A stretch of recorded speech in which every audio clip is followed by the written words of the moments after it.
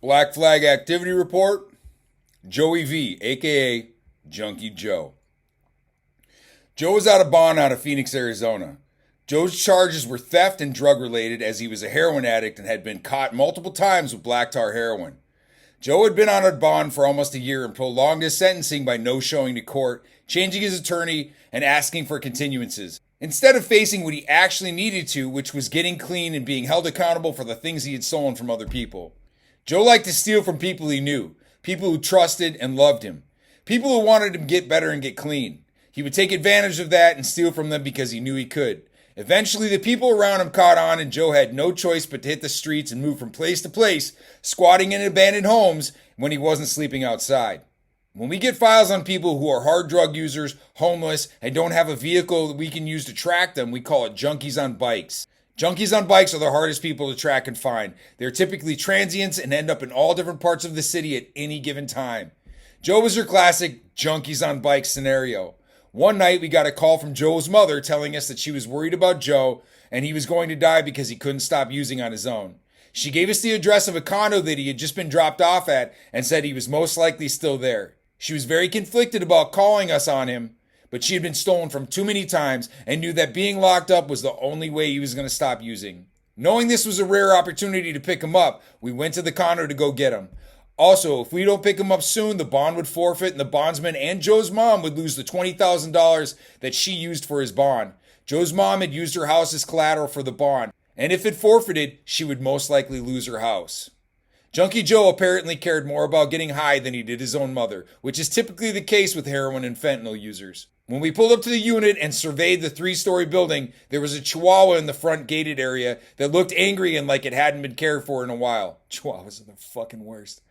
While watching the unit, we saw Joe walk outside and get something off of a bike that had been parked out next to the front door by the dog. Joe was felony warrant, and that was all we needed. We broke from the vehicle and approached Joe quickly. He looked up and saw us and ran back into the unit, but it was too late. In Arizona, when someone has felony warrant, we can pursue them anywhere.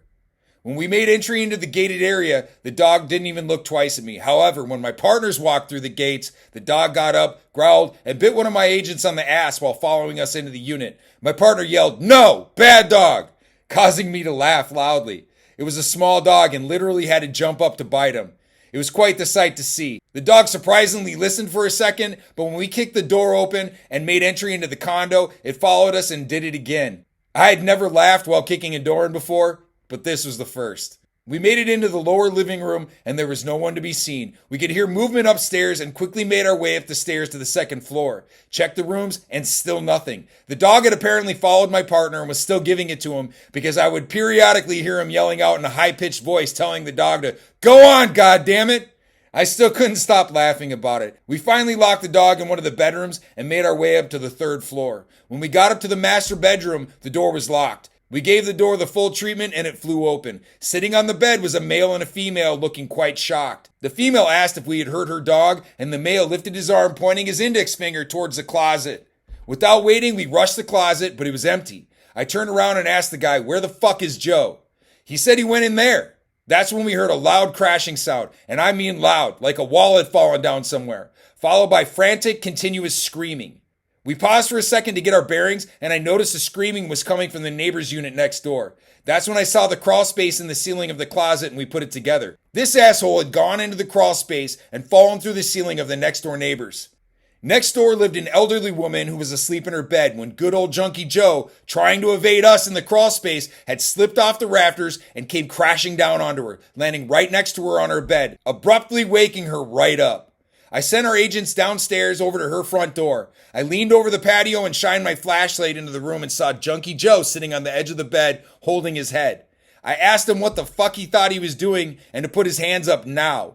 Joe, being stunned by the fall, actually complied and put his hands up. Full kit and all, I put my flashlight in my mouth and crawled like a circus monkey from their patio over to hers over a 3-story drop. I identified myself and asked her to open the patio door, and she did. The woman inside was completely confused as to what was happening. I told her to go downstairs immediately and go to the front door. My partners are there and they will help you. She turned to go to the door, but my partners had already breached her front door and made their way up to the 3rd floor bedroom. I had Joe on the floor and was cuffing him up. The elderly woman was very grateful and was saying, thank you, over and over. We called PD due to the amount of property damage that had taken place. 2 of us took Joe to county, and 1 agent stayed behind to make sure the elderly woman got her door put back together well enough to be able to lock it again. She made him cookies. Joe was transported to Maricopa County and processed into jail. Joe's mother was eventually let off the bond, and she got to keep her money and her home. Unless someone wants to get clean on their own accord, which is rarely the case, they normally will not. Not without being locked up and being forced to get clean, especially with drugs like heroin.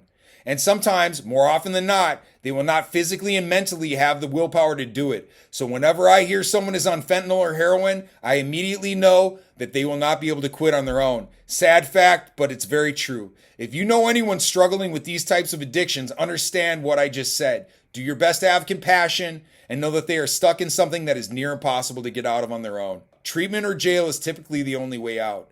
Please take care of yourselves and loved ones and stay away from these types of drugs. They will ruin your life and steal your happiness, just like Junky Joe. Thank you for watching. These stories are real-life accounts of real people. It's never our intention to promote violence. We are professionals and act as such in the field. We do actually care about the people we pick up and treat them with respect. The names of all people involved have been changed in order to keep their identity from the public and safeguard their privacy. Oftentimes, we are picking people up at their own family's request to either keep that family safe from that individual or to secure their collateral from being seized by the courts or the bondsman, things like homes and vehicles. Once again, we do not promote violence of any kind, and we do believe our world would benefit from more love being in it. So be respectful and always do your best to care for others. Thank you for watching.